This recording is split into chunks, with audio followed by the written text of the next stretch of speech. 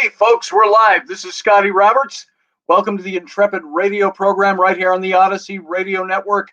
That's ODYSY1.com. If you want to go over, you can see some of the archives playing right now because we're temporarily not broadcasting on the network, but you can come here to the YouTube channel. That's youtube.com/Mr. Scotty Roberts.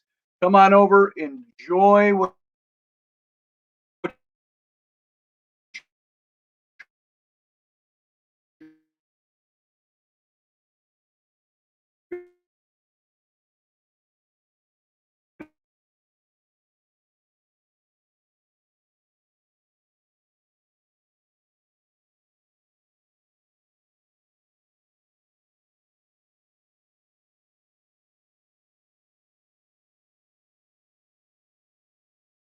it's trying. There we go. I think I'm back for a moment. Hopefully, this will go on not all night long. So we've got a little up and down with the internet going on. So pardon the problem. Field guy, hey guys, if you can see me, let me know. If you can hear me, let me know. If it looks fuzzy, let me know. There's not a lot I can do about it. I keep getting announcements coming up here. Hey,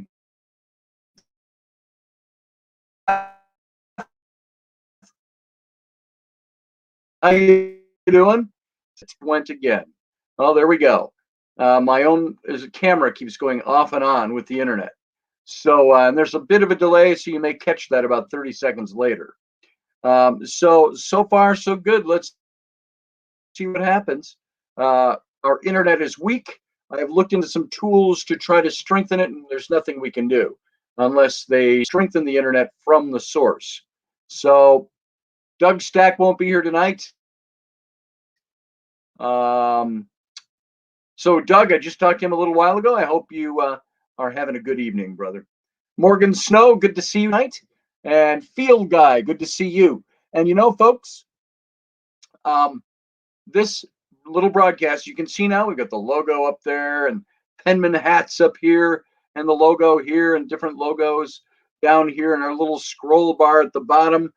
That is all because we got some software working that Field Guy had recommended we use. You know what? Field Guy, I'm going to invite you in. I want you to come in and because I want to do a little tribute to you and just say, hey, thanks.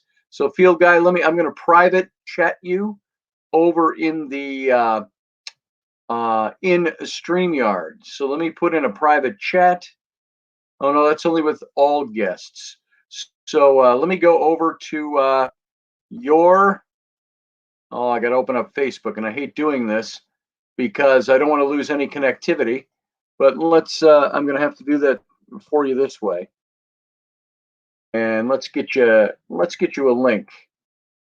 And folks, this is the software that's different than the software I was waiting for that I wanted to put together for this. And so I'm very happy to say I have tried what Field Guy suggested, and it's working like a charm. The only problem we have right now, there you go, and I'm going to close out of Facebook. I just sent you a message, Field Guy. And so hopefully this stream will continue to hold its own. I could turn on YouTube so I could monitor it, but it's drawing more stream that way. So let's see what happens. Barbie D, welcome tonight. Steph Cuervo Queen, good to see you. So it's good to see you. You're giving the baby a shower tonight? How often do you do that? And so Field Guy, when you're ready, you come on over and I'll call you in. So it looks like you're there. Let's give it a shot, huh? Boom. There's Field Guy. I'm here. Eating sandwich, hey, I'm here. I got put on my headset so we don't get feedback from you. Hang on a second. Don't wear a headset when it's just me, folks, because I don't need to hear anybody else. So when I've got somebody else talking on the stream hubber, there you go. So look, folks, look what's working now. We actually have the stream working, and I have Field Guy to thank for that. He's been pushing me for months and months. Try StreamYard. And poke. Push and poke. And so there is Field Guy in the flesh. So you can see him and Indeed. thank him for yes, Steph, it does, doesn't it? So we're actually Oh, working. As long as the stream is working tonight from the internet, you're seeing the way we're starting to craft the show to look a little better. So, Field Guy, I want to say yeah, thanks. I got no special no gifts for problem. you. I think I could line up a date with Steph, but I have to clear that with her first. So, It happens. But YouTube's been having problems on everybody's streams today. Even my stream, it was messing really, up. yeah, this Um, is now I'm only so seeing my yeah, stream through StreamYard. I'm not watching it on YouTube. I'm afraid to bring up a YouTube channel for fear I'm going to tap my internet too tightly. So, what I do is I pause YouTube so you don't get the echo feedback, and then just click the link here. That's how I'm doing it right now. I got your chat there you paused, go. And see, I'm in. and then when I'm done, I'll redo I'm it. monitoring through StreamYard. So if I turn on YouTube, it lets me see what's going on the way everybody else will see it. But I'm almost Yeah. afraid to do that for fear I'm going to steal the internet stream. It's so weak over here. That's So what it was. Mine was like that today. Same thing. It kept saying we. I had to do my stream in my living room because my yeah. modem's on the other side of my house. So Oh, well, that I was sitting figures. in my recliner just See, sometimes. and I went out to Best Buy and a couple of places today. Finally, Best Buy was where I ended up. Try to find some kind of signal boost. Of course, signal boosters only work from the internet providing end, not from my computer. I could set a booster up in here. And folks, if you didn't know this, you can get a signal booster. It does you nothing if you are not at the source of the internet, I your got modem. two of them right above my head. Does nothing. My internet There you company is go. right down the street. They don't. My 15 years, nothing. our internet is 50 feet from here, and we still have problems. It's because there's usually 30 Mm-hmm. people in this campground trying to get on the internet.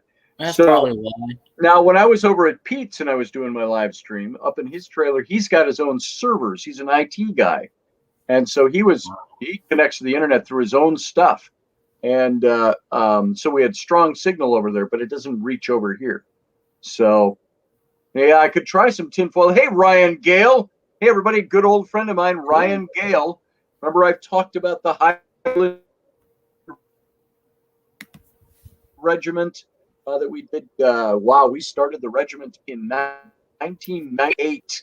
And Ryan, I don't remember what year you came in, but just a couple of years later, I think, or maybe you were as early as 98. And he joined the regiment, our red coated group. And so I've known Ryan since then. And I know he's got one book out where he did illustrations all set. And I don't have it. Sorry, Ryan. It's not firmly in my head. Maybe if you want, Ryan, throw a link up. 2000 you came in. Throw a link up for your book so people can see your book. It's an illustrated book of the time period, a historical book. And so you might really like it. It's kind of a technical manual. If you're a Star Trek fan, it's like the Star Trek technical manual. So anyway, I'm going to wrap up with you, Field Guy. Thanks for being here. I wanted to bring you on, show your No face to problem. everybody, and say this is the man who suggested the software I'm now using, and it's working. So thanks, Field Guy. I love you, brother. No See you later. problem. I'll be in chat. Oh, I cut him off. Sorry about that, Field Guy. So here we are, folks. So we've got some streaming software that's working well. As you can see by my demonstration with bringing Field Guy in, this is how we're going to be able to bring Rainey in on Sundays.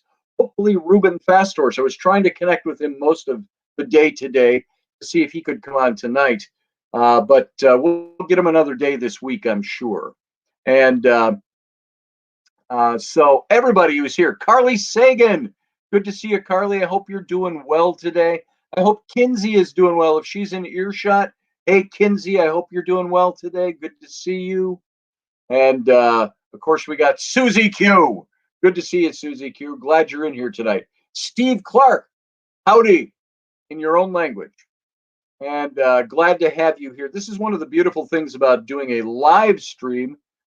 Is that the people who show up, and if we're not overcrowded in the chat room, I can usually hit everybody and say, hey, good evening, glad you're here. And I see Roger Rabbit is here. I hope you and Carly and Kinsey are all doing well tonight. Glad to have you. Barbie D, good to see you. And of course, we already said hi to Field Guy. He was just on. Master Finn is here. Master Finn, take her out. And so my first officer, so to speak, is in Matt Finn. And actually had Matt Finn and Field Guy on this stream today, which we ran some tests earlier this morning. And so I'm so glad that you're all here. I want to thank every one of you for being here, for giving me your time to come in and basically listen to me talk. Hey, on the talking thing, I have a client over here, and he wanted us we randomly stopped by his house about 3 weeks ago because he had blue tarps on his roof, which signaled that his roof hasn't been repaired. He's probably been waiting for 6 months. We are custom home builders from ground up. We do everything from the inside, the exterior, the roofs, the fencing, anything they need done. We're doing a lot of repair of storm damage still. And so I knocked on his door and nobody answered. And I left a card, one of these babies. We have these door hangers. I think I showed you these once before. And these are the door hangers that have the company logo on it. It's got Sam's and my pictures and our phone numbers, and then a bit about the Caleb Martin Company. And so we take this and we leave it on the door handle if nobody answers. And that's how we get a lot of our business for people who either aren't having their insurance taking care of them or are having problems getting their work done. Some people have prepaid these trucks in a truck that come by doing roofing, and they even pay them down payments, some of them, and they never see those guys again. And then so we're there to help them out. Well, I left a card on this guy's door, and all of a sudden, on Saturday morning at about 8 in the morning, I get a phone call. And it's the guy introduced himself, and he said, "You left a card on my door." And he said, "I saw you when you did it, but I had worked the night shift that night." And he says, "So I was sleeping." I said, "I peeked at you out the window and I didn't come to the door. You left me a card." So that was about 3 weeks ago. He says, "Can you come over and do an estimate for us?" And what he wants, he says, "It's more than a roof." I said, "Hey, you're in luck. We do more than roofs." And so we went over, and of course, he needs the roof done. He has the big bulge in the middle of his house where the concrete is swelled up. And so he needs all the flooring torn out and all the plumbing redone under there. He needs the back deck done. He's going to extend a couple ends of the house out. And he wants us to build a mother-in-law apartment house in his backyard, 27 by 27 square little house in his backyard. And then he wants to extend his driveway all the way around to reach it. And so we're looking at all of this and we're doing bids on it right now. And that could be a very side job for us. And it makes me very happy because of that. But other than that, hey, Scott Allen, good to see you. Yeah, the big bulge, that kind of bulge. I see by the bulge in your floor that you might need some concrete work done. Wink, wink, nudge, nudge. Everything's a euphemism. And so he called me tonight just to say, "Hey, I'm getting excited about seeing the bid. Do you have our bid ready yet?" And I said, "We should have it by tomorrow for you." And it's an estimate, really. And he seemed to like us. He knows the owners of the company. And so he's very excited about having us come out and do his work. And guess what happened? Remember I told you I like to talk a lot?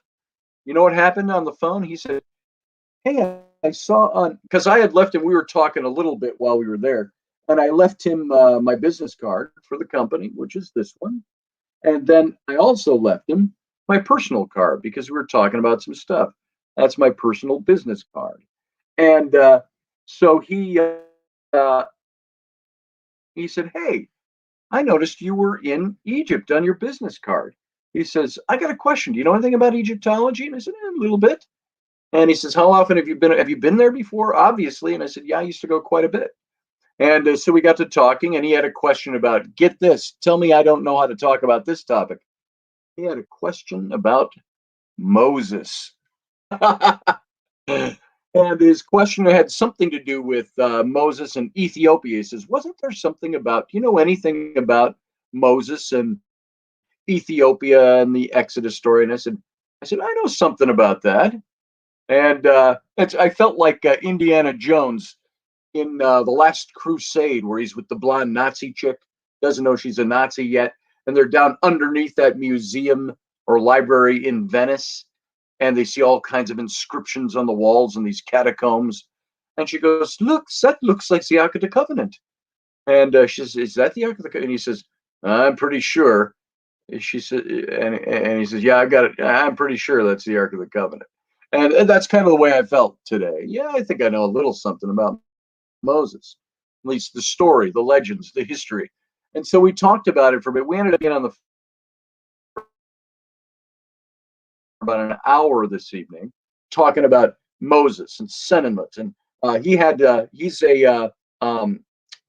want to say how to say this. He's very light skinned. I did not even realize when I first met him that he was African American, and because he's very light skinned until I saw a portrait of he and his wife hanging over the fireplace. And she is African American. She's dark skinned, and he's very light skinned. And then the closer I got, the more we talked, I could see the features on his in his face, and so I knew he was African American. And he's a businessman, so he talks very businesslike, you know, and he's very forward, and you catch the little inflections in his speech every now and then. And so I said, well, I was just wondering about the Ethiopian connection to Moses. And I said, well, yeah, well, there is one. And I said, the old stories in the Midrash, the Mishnah, they talk about the stories of Moses you don't see in the Bible. In Jewish tradition, ancient writings said that he was a general in the armies for Pharaoh, and that he quelled a rebellion in Ethiopia, and that he beheaded the king there. And the queen was, of course, not happy with him about that. But they were a vassal state, if you will, of Egypt. And he was going to marry the princess there. And he was going to take the throne for himself. Well, Pharaoh sends word back, you just quelled the rebellion, you come back home. He comes back home. Well, according to the Jewish traditional story, Moses, when he fled Egypt after murdering the Egyptian, he flees Egypt, and he doesn't just go over to the land of Midian over in the Sinai and marry Zipporah. He goes first south to Ethiopia, and he marries the royal princess there. And then he takes her with him to the Sinai, to Midian, and then he marries his second wife, Zipporah. And so it's a very interesting story when you look at the Jewish perspective of it. And so I ended up being able to talk with my client. I call him my client. We're already doing an estimate for him on his work. And he's very excited about having us work for him. And now he's very excited because we got to talk for about an hour about a favorite topic of his. And so there you go. And it's funny. The Ark of the Covenant is in Ethiopia. That's exactly what he told me, Ryan Gale. I know that there are the Ethiopian Christian church, well, it's the Jewish church, the Jewish synagogue there, a sect of Jewish believers that say they are descendants of Moses, descendants of Israel, and that they have the Ark of the Covenant. And it's in a bark shrine, where if you look in Egypt, and we've talked about this before when we were on this particular topic on this show, the bark shrine was a big boat in Egypt that was built for ceremonial purposes. And they used these boats, these reed boats, to carry around these chests that were shrines to the gods. And those chests look surprisingly like the Ark of the Covenant. And not necessarily your Indiana Jones or your very fanciful versions of the Ark of the Covenant, but they bear a close resemblance. As a matter of fact, when I was in Egypt for the first time, John Ward and I were tomb hopping. We were in Saqqara, and we saw the tomb of Rechmir, who was the Grand Vizier underneath Tutmosis III, and then his son for a very brief period, Amenhotep II. Rechmir would have been, by the timeline that I've followed, establishing my historical Moses as Senenmut. Senenmut and Rechmir would have grown up together. They would have been at the school of the nobles together. If the story was anything like we see in the Bible account, it's obviously very different, but the timelines match, the events seem to match, and so on. And so, but on these shrine walls, this tomb wall, John pointed up at a painting and he says, "You recognize that, brother?" And what it was this big boat, a reed boat, being carried on the shoulders of priests and mourners. And in the boat was a shrine that looked like the Ark of the Covenant. And I've taken several pictures of that. I could call it in on here, but I'm not going to try it because I don't know how to work this whole thing quite yet without screwing anything up. And so the bark shrine, and they're everywhere in Egypt. Every temple you go to, you see them inscribed in the walls. There's even a temple wall inside the Karnak temple complex, which is a complex of all different eras, different pharaohs, different dynasties of temples built within this complex. On one of the back walls, almost toward the outer wall, but not the outer wall, one of the temples inside has, in the sandstone blocks, scraped into it, and it's thousands of years old, an image of what looks like the Ark of the Covenant. And it would be a bark shrine. But it's also next to some carvings that later had Christian crosses on them, dating back 1700 to 2000 years ago. And so one wonders if that is supposed to be the Ark of the Covenant inscribed there by followers of Judaism and followers of Christ, or is it something different? Is it just a bark shrine? So it's interesting stuff. And by the way, this one didn't have the boat with it. It was just the box, and it showed the staves coming out of it, where they would carry the thing on their shoulders. So it's very interesting stuff. But I had that conversation with a client today, and I told him, "Hey, look, I'm sorry." I said, "I've kind of gone off. You asked me a question." I said, "But like I always say, you put a nickel in me, and I can talk on this topic forever." And he said, and so I said, "Look, I'm sorry, your eyes are probably glossing over." And he said, "No, no, no." He says, "As a matter of fact," he says, "I was taking notes." So I had a good conversation on one of my very favorite topics and one that I know a lot of information about. So there you go. Hey, folks, how's this stream coming across? You getting any glitchiness? Are you seeing any buffering? I only ask because last night we had so much problem with the internet stream. So hopefully things are going all right here tonight. Yeah, wind him up on Moses and watch him go, says Matt Finn. Exactly. And of course, I don't tell the story of Moses as a biblical story, but as a historical story that relates to a biblical character. I did tell him about the shows. I told him about the show and the stream. So we'll see if maybe he comes on board. And so I had a fun time talking to a client this afternoon about my favorite topics. So good, perfect stream, like a healthy prostate. Just shove your finger up in that stream and make sure it's good. So pretty clear here. That's good to hear, Barbie D. Great, and thank you, Steve Clark. Nothing, little, but nothing like last night. That's good. The internet gods have blessed you with favors. Knock on wood. Wood or fiberboard will have to suffice. So if anybody else has come into the stream tonight, Scott says, Steph, are you talking to me or the other Scott? Scott Allen, perfect stream, health like a healthy prostate. There you go. So let's see what else is going on in the stream before we get going. Michelle Canham Free, good to see you. Glad you're here tonight. Hey, I'm going to get to see Doug Stack again tomorrow. He's going to come in the afternoon. We might do some lunch or something. And so Doug Stack couldn't make it to the show tonight, but yeah, I did tell him about the show, Roger Rabbit. You might want to tell him about the show. Might want to join our ragtag crew. And so I had a little something, and I've had Doug in mind a little bit with this, only because you know how Doug has been struggling to lose that weight after his surgeries and all, and he's doing a fantastic job. I think he's lost like 72 pounds, and he's working on it. But I thought of him today when I saw this article, and I wanted to talk about this a little bit. Uh, and most of us have had diets of one form or another. Now, when you're svelte like Steph, you probably don't ever diet. But diets, the fad diets, the things that we do, the things that we try to do to keep in shape. When you get like me, when you're 60 years old like me, you think, "Oof, I'm never going to be able to do this. I'm past my prime."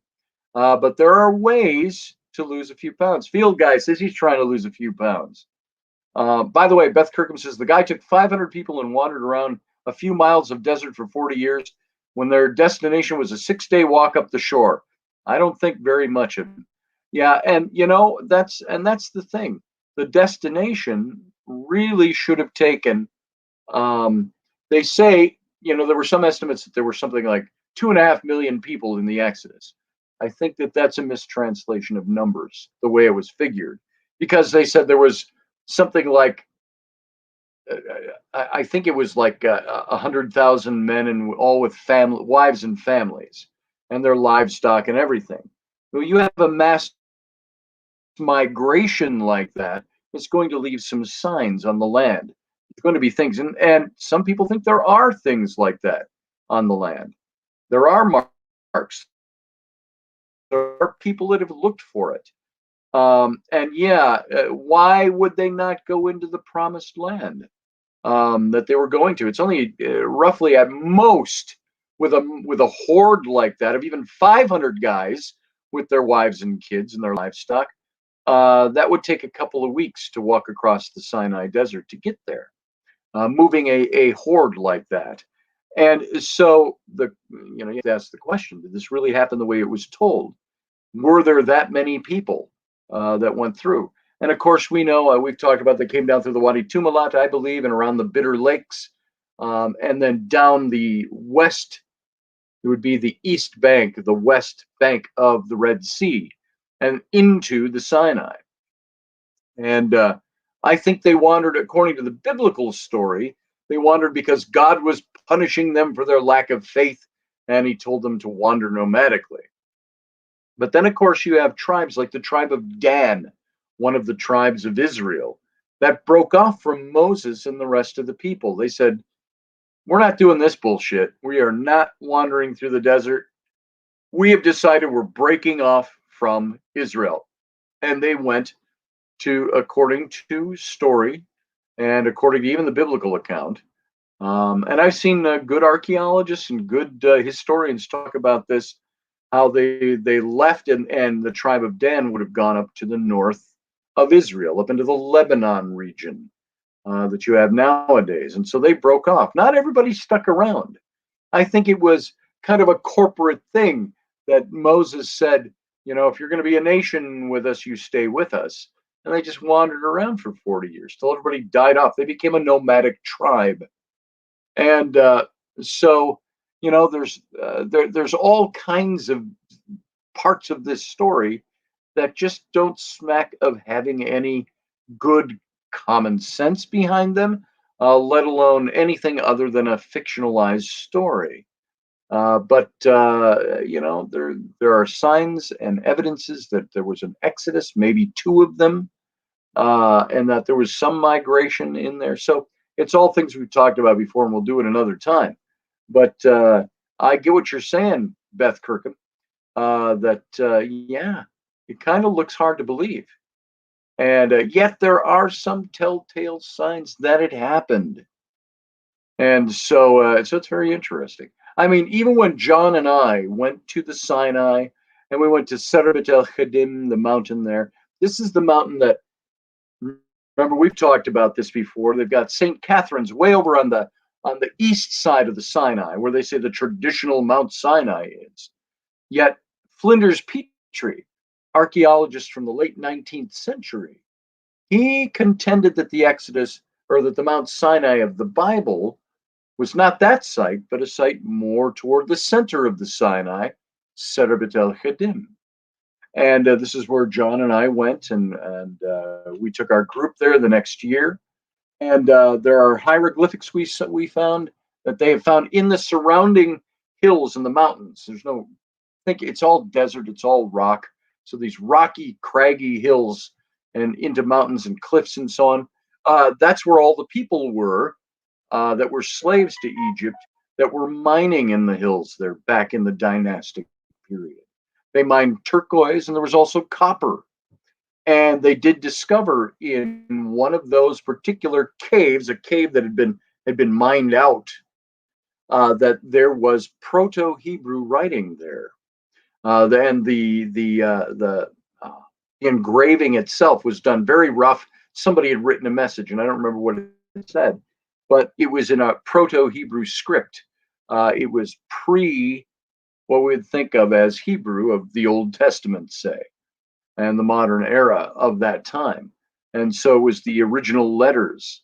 And if you think back to the series we were doing on Enoch in the original language, it would have been some of that Proto-Hebrew. And so there were all kinds of people that lived out there, Beth. The top of this mountain, Serebet el Chedim, had a settlement up there. But there were also shrines. There were shrines that started at the cave shrine of Hathor and the cave shrine of Ptah. And for 1,400 years, pharaohs built their successive shrines out of there. But there was also up there on the top, this plateau and this dusty, rocky, godforsaken landscape. There are old corrals, like corralling in sheep or livestock, up on this plateau of this mountaintop, where all these shrines are. And there were piles of debris that were all they were stelae. Think of a tombstone, the curved top tombstone. There were all kinds of these all over the place. A lot of them standing all throughout the ruins with hieroglyphs on both sides, ranging from a foot tall to 8 feet tall. Some of them, many of them broken off. But then there are piles of debris where they were making tablets that were shaped like this, and they're all in debris piles all over this place from thousands of years ago. And as you walk up this mountain, there's a processional way that goes up, and you can follow the path. And there's hieroglyphs all along the walls going all the way up. And so, hey, Teresa, good to see you. Greetings to you. And so it's a very cool place. Ryan just said, what'd you say about going to Egypt? Ryan said, I just lost it. Oh, I was going to go to Egypt in 2011, but then the Arab Spring happened. Yes. I went in 2013, and I arrived there a week after all the demonstrations in Tahrir Square.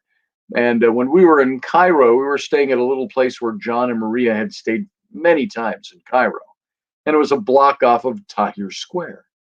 And so we went past Tahrir Square. There were burned out cars, and they had closed off some of the streets and so on.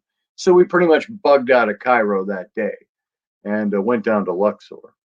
But yeah, it's a fantastic place to visit.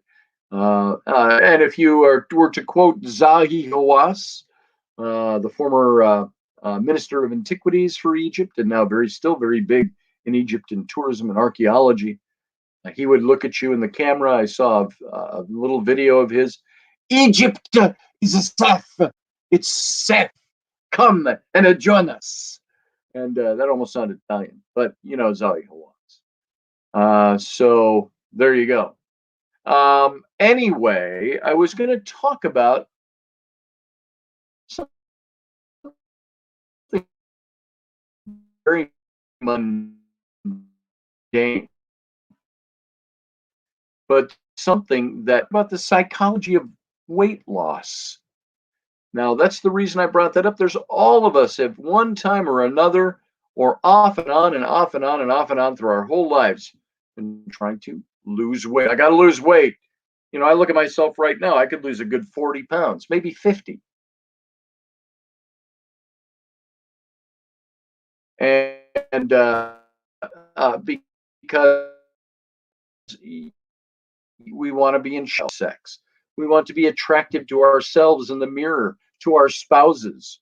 There are things that we do that govern the way we want to lose weight. And I was going to talk about, if we get to it tonight, I want to talk about the false hope syndrome that reveals this big false flags about dieting. But I wanted to talk to you about 5 solid truths about losing weight. And this is from a psychological standpoint. So don't let your eyes glass or go, oh, we're going to talk about a mundane topic. I think that this is a topic, though, that might be good for everybody. Hey, Teresa, by the way, take us to Egypt, she says. I think I want to try to do that. I want to try to get a trip together where we can all go. Anybody wants to go? We got to plan it a year out, though, to be realistic. So if we were to start planning next month, it would be for probably February to March of next year. You don't want to go in the summertime. That's where it's deathly hot and so on.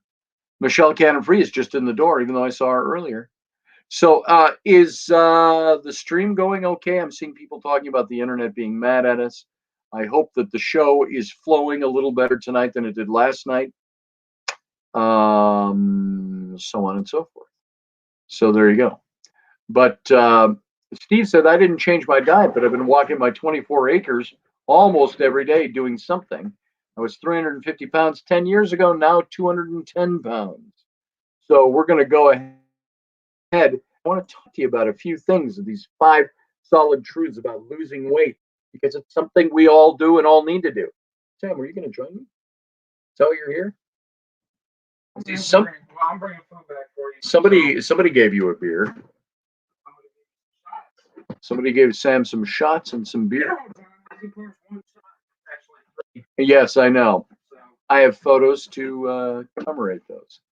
So take your time. Sam might come and join me in a little bit. Let's get to these 5 truths before I get on to anything else. How to be successful at controlling your weight is the topic here. And follow something that's evidence-based. And without getting too deep into the psychology of why we think we need to lose weight, I do think it's a good thing to be in shape. Why do you think guys my age develop man boobs? Why do you think we have fat in areas that look like we gave birth to 6 children some course over our life? It's because we get out of shape. And we don't do the things we're supposed to do. We aren't like Steve. We don't go walking our 24 acres every day. And did you know, by the way, that walking is one of the best things you can do to get in shape? Walk. So let me go through these. Those who wish to lose weight really need to focus on finding a really healthy, whole food diet that can sustain the long term. Fad diets, you know what, guys? Those that cut out the essential nutrients, such as fat, may result in short-term weight loss, but they're not likely to have any long-lasting results. And exercise alone may not lead to substantial weight loss, but it can be effective when combined with healthy dieting. Okay? So now these are things, maybe some of these things are things you've heard a million times. And I thought it might be worth talking about because we all go through this stuff. So when it comes to weight control, the best advice is based on expert scientific findings. Believe it or not. Not fat diets. Fat diets will work for you, but they're not long lasting. As soon as you get off to the best approach to weight loss and the one that'll work for you. And you can listen to this stuff and apply the psychology of it to yourself as we're talking about this. But number 1, there are many really good reasons to lose weight if you're clinically overweight or obese. What's clinically overweight? What's clinically obese? I've heard that if you're 20 pounds or more over your the established weight for your body type and category, that's considered obese. And so obesity is linked to more than 50 wildly diverse health issues, including high risk or worsening of diabetes, atherosclerosis. I can never get those words out of the SCLER in them. Sclerosis. There you go. Heart disease, osteoarthritis, psychiatric conditions such as anxiety and depression, early death, and impaired overall health and well-being. In some respects, obesity speeds up the normal aging process. It puts you in this abnormal category of life, and it'll kill you quick. It'll kill you as quick as smoking cigarettes. Field guy said, I was told I'm obese at 215 when the norm for my height should be 150 at 5'10", which would be too much. I got to tell you something. You look at me, I'm 6 foot, now just a hair under 6 foot, and I'm about 250 pounds right now.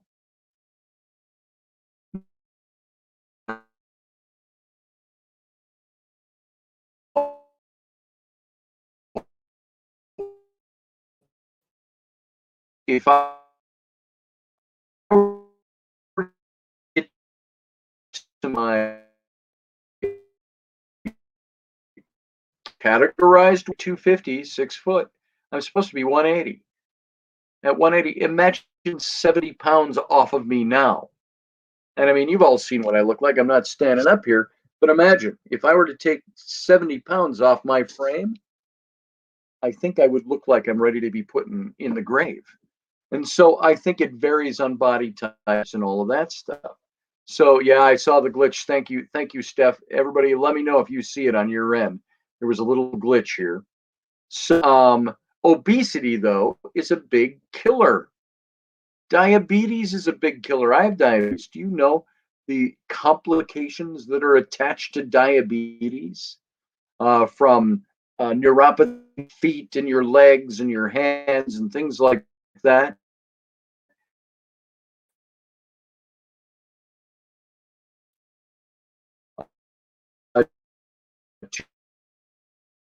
To closing down around your heart.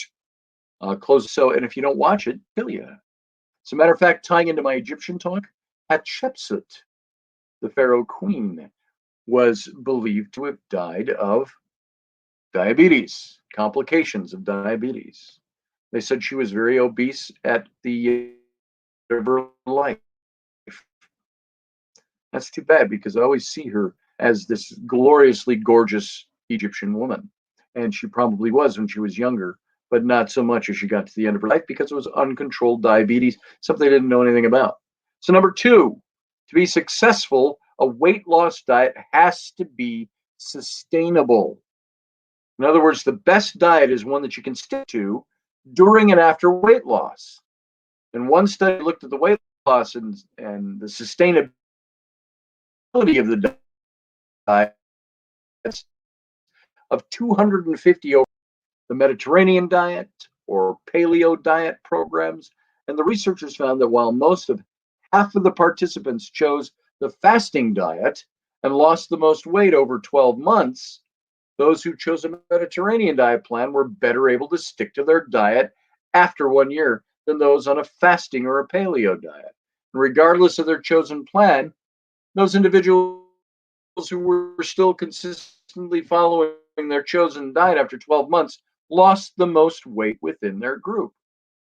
And so if you want to lose weight, for me, it's not so much about, I don't care how many pounds I lose or how many pounds I weigh, as long as it's lean weight, it's muscle weight, and I'm in good shape and good health. A guy I watch on YouTube just lost both his legs due to diabetes. He hasn't streamed since, it was almost a month ago, says Field Guy. Teresa's type 2. I'm type 2 as well, Teresa. It was first diagnosed for me in 2003, which is 18 years ago. So, and I noticed it because I was tired all the time. That was the first key. And I'd get up in the morning at 8, drive my daughters to school. Sam, who was about 2 and 3 at the time, we'd stay at home. I'd work from home and I'd get back home at 8. And I'd have to lay down and go to sleep. Or I'd find myself sleeping at my desk. And I asked my doc, what's wrong with me? I'm dying. And he said, I think I know what it is. So no good deed unpunished, says Corey Blake. How you doing, Corey Blake, by the way? Good to see you.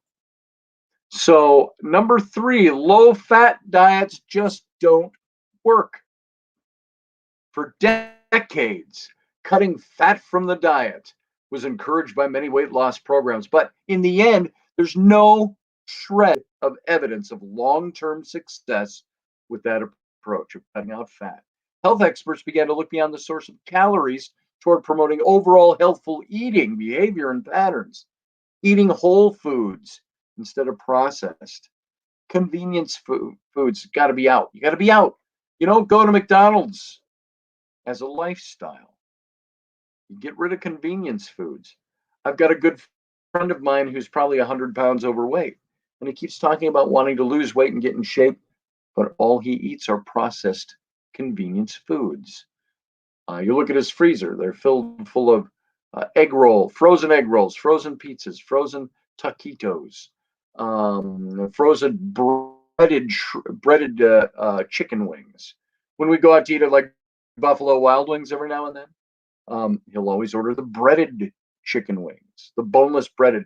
And I'm like, wow, I can't even eat that stuff. I'm not even on a healthy lifetime diet. I'm on an up and down roller coastery lifetime diet. But there's certain things I just can't eat. Convenience foods is one of them. You got to encourage healthy portion sizes. This friend of mine also, when he eats, I've seen him. We prepare food. He doesn't even make it to the table. He'll stand by his stove, start is done before you even sit down. I learned a very long time ago that if you want to eat healthy, you eat weight by portion size, the way you eat it. You put your plate down, you take a bite with your fork, you set your fork down between bites. Set your fork down. Put your goddamn fork down. So, hey, Morgan, I just saw sending prayers. I don't know what's going on over there. Your son-in-law is in the hospital with a diabetic coma today. You can speak. I'm so sorry to hear that, Morgan. That's rough stuff.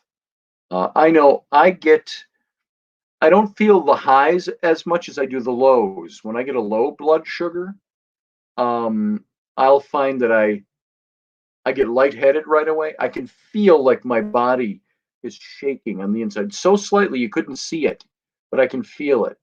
I feel like I'm getting hollowed out, and I always feel it in the chest, and I know my blood sugar is going down. Then eventually I get so shaky I'm like this, and I got to go eat some sugar, something with sugar in it, a piece of fruit, fruit juice, piece of candy if I don't have anything else around, stuff like that. And so that's what you have to do. Here, look at this. Oh, this we were supposed to eat over at our friends, and then he started cooking too late. But I want you to see this. He just did this up on the grill. Look at that. Oh, there's a lot more. Well, in about 10 minutes or so, I'll be done here, and I'll come over. So tell them I'll be over. Now I have a motivation for keeping on time with the show. How about that?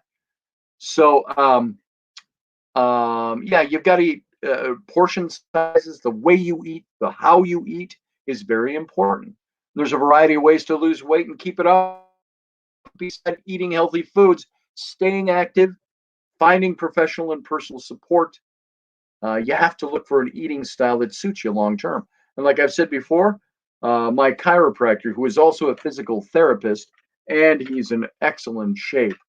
He's roughly my age and in phenomenal shape because he works out and he's a trainer.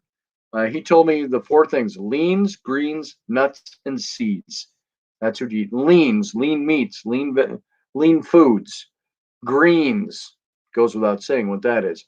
Nuts and seeds, you eat those kinds of things. And so that's the kind of stuff you eat if you want to set up yourself a good diet. Yeah, tortillas, Beth. Woo! So Corey says, sigh. I know, Corey. This is tough stuff. This is why I brought it up, because we all struggle with these things from time to time. And number 4 on this list, losing weight at an older age might present a lot more challenges than at a younger age. But in and of itself, it's not an impenetrable barrier to weight loss. You know, when I was a kid, I got to tell you something. If I wanted to lose 20 to 30 pounds, I could usually do it in a couple of weeks, I swear. I would just go work out. I would eat less. I would drink more liquids, eat less portions. Boom, I was down 20, 25 pounds before you could say Bob's your uncle. And now that's a lot slower. So there was a recent retrospective study that divided morbidly obese patients into two age groups, those under 60 and those over 60. That's it. That's the basic two groups. And all participants attended this hospital-based obesity program and lifestyle intervention, and services including dietary and psychological support. And the researchers found that the average weight loss to be approximately 7% of initial body weight in both groups, with the older group losing slightly more weight on the average. And other studies have had similar results and indicated that the older patients in structured weight loss programs are often more compliant and therefore more successful at losing weight. So the older you get, it's supposed to be maybe even a bit easier than you might think to lose weight. I look at myself and I say, again, it's not about weight, it's about the shape I'm in. I wish I could get a six pack at age 60. I need a pack for each decade. And, put some pec weight back on my shoulders, get my shoulders built up again, get some guns, the beach is that way. And, shape up my thighs and my buttocks and things like that. You want to get in shape. I want to look good. I look at my wife, and my wife would say she doesn't think that she's in good shape. My wife is in great shape, but like most of us, she got on the track every day that my daughters bought us, the Nordic track. She'd be prime, but she looks absolutely phenomenal. I want to get in shape for my wife, not just for me to stay in good shape. I want my wife to see me strutting through the bedroom after I've taken my shower and have her go, "Ooh, get in this bed." So, that's a goal. I like that. We like to be admired, especially by the people we love.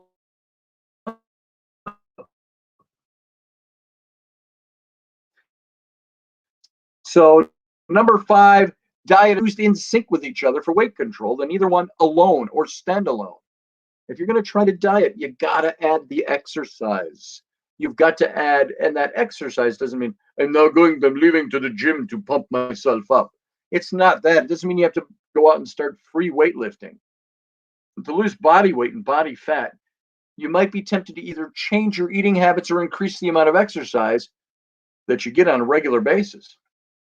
But study after study has shown over and over and over again that these methods are more successful when you do them in league with each other, together. Cutting back your portions, eating better food, and exercising. And one year long intervention study found that women who had used exercise only lost an average of 4.4 pounds by the end of the year. Women who used diet only lost an average of 15.8 pounds at the end of the year.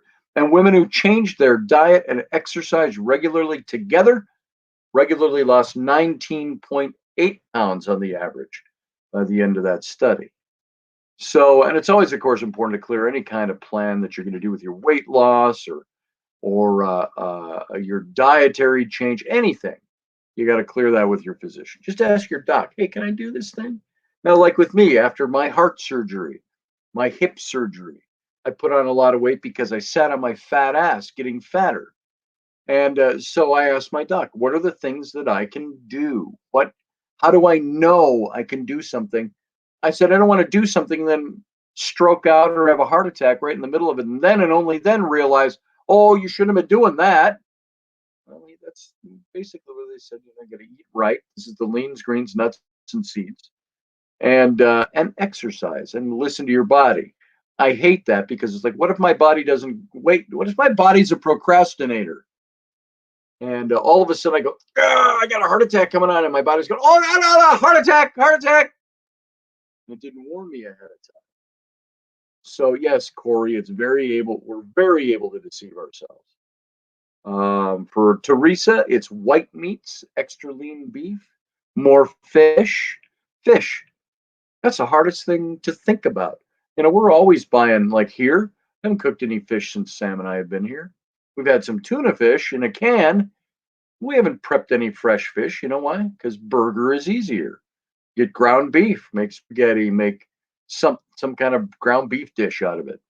And I got all this canned stuff that Rainey sent me with from the pantry. We got canned chicken chunks and canned tuna chunks. You could interchange them and not know the difference, by the way. Just want you to know.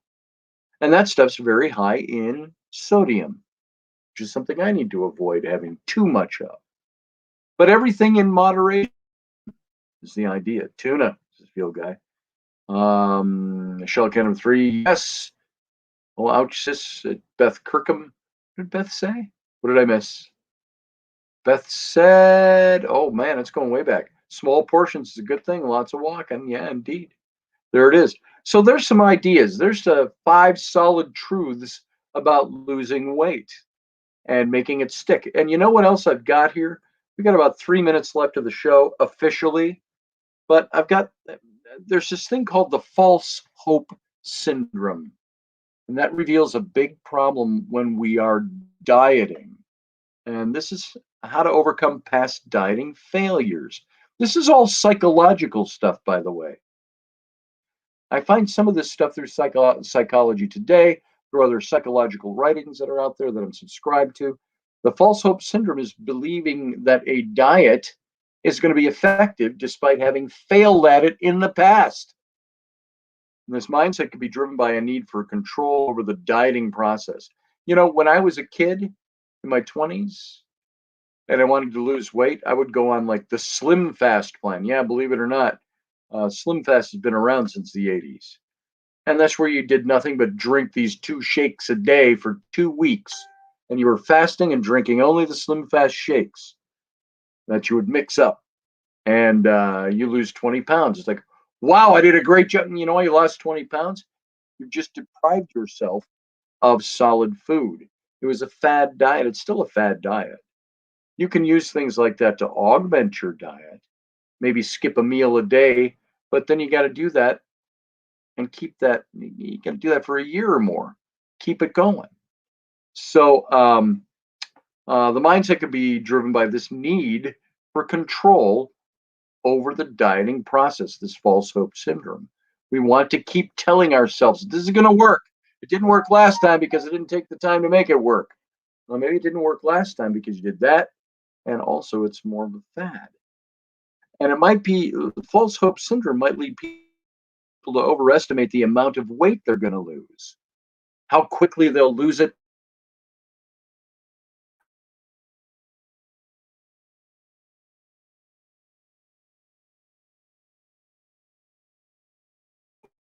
Easy it will be and the benefits the weight loss will provide. We kind of fool our United States. Percent of us are on a diet at any given time. Well, I'm on a diet. I drink diet pop, diet soda, diet Pepsi, diet Coke, diet Mountain Dew Code Red. All of those are very bad for you if you're dieting. Now, when I drink soda pop, I drink diet pop. You know why? Not to lose weight, but because I can't do the sugar. So I drink that stuff, and I don't drink lots of it. But that's part of my lifestyle for the last almost 20 years has been I drink diet soda because I can't drink the thick, sugary, syrupy soda pop. And so I froze a bit there. Sorry, guys. That's coming off and on. Thank God it hasn't been as bad as it was last night. And we're almost done for tonight. Oh, yeah. Teresa mentioned it. Hey, remember, tune into Teresa's show tomorrow night to catch Scotty. That's me, yours truly, talking about esoteric Egypt on the Andromeda 7 portal channel. Teresa, if you've got a link, go ahead and throw it in here. Hey, Robert V. Yeah, pop is bad. I know it is. And you can drink some, but it's like, if you drink a, scotch every day, that's eventually going to be problematic. So every now and then, it's probably okay. Same thing with soda pop. Once in a while. Now, like since I've been here, I bought one 12-pack of diet soda, and I still have 4 or 5 of them in the fridge. So I'm drinking half a dozen diet sodas in 6 weeks. So some days I'll have one or two. Some days I'll go 4 or 5 days and not have a single. We're drinking an awful lot of this stuff, the water, spring water, and I don't like regurgitated water, which is what I call it. I don't like distilled. I don't like refreshed water or refined water. I want spring water. So frankly, I buy Fiji water because I like it and I like the way it's processed. Well, the process it's run through for purification and the volcanic rock. I like that stuff. That's what I drink, but it's expensive, so I don't get it as much as I'd like to. Organic water, said Ryan Gale. Exactly. Yeah, organic water. I want to get some of that dehydrated water.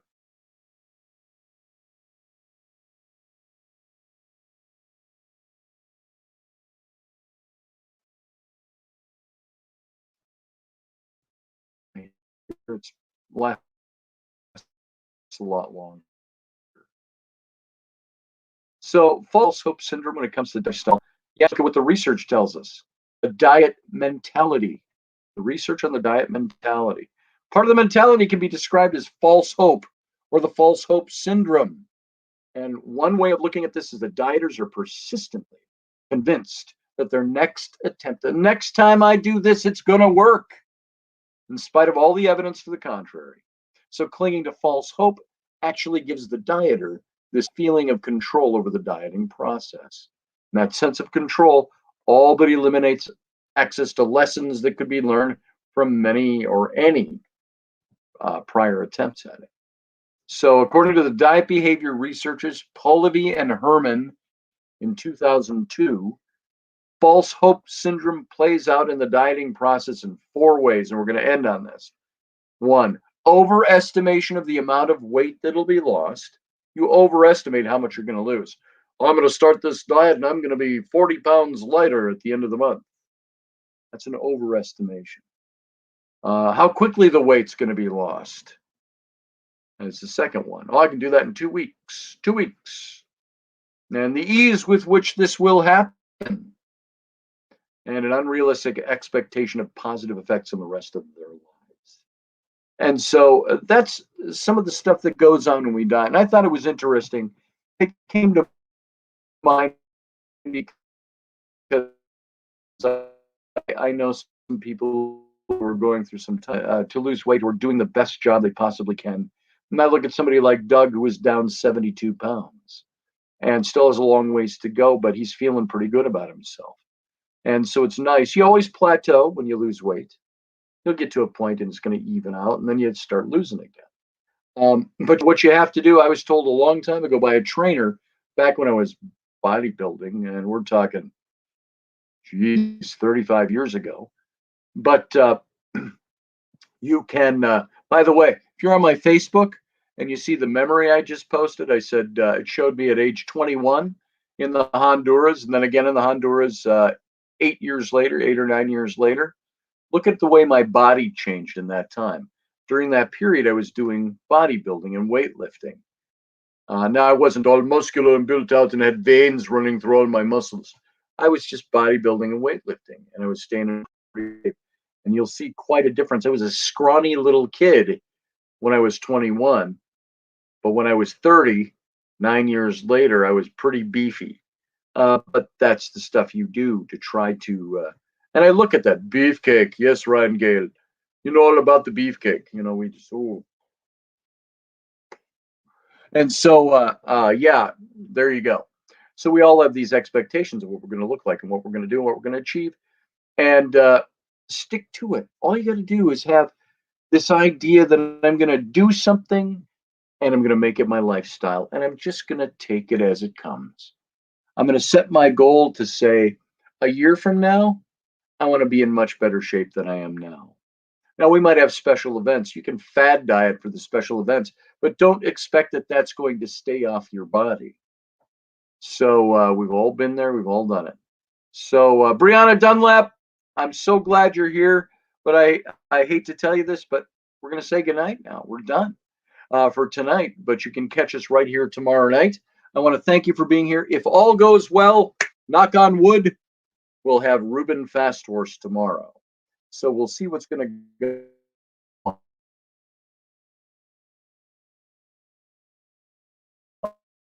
on.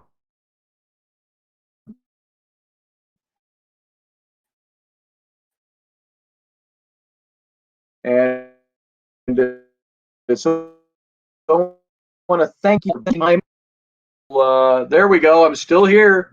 I'm still here. Don't go away yet. We're still here. He wasn't dead. He was almost dead. So our internet dropped, but all we got's about a minute left where I'm going to say goodnight. And go over and check out my page at on my website, scottallenroberts.com.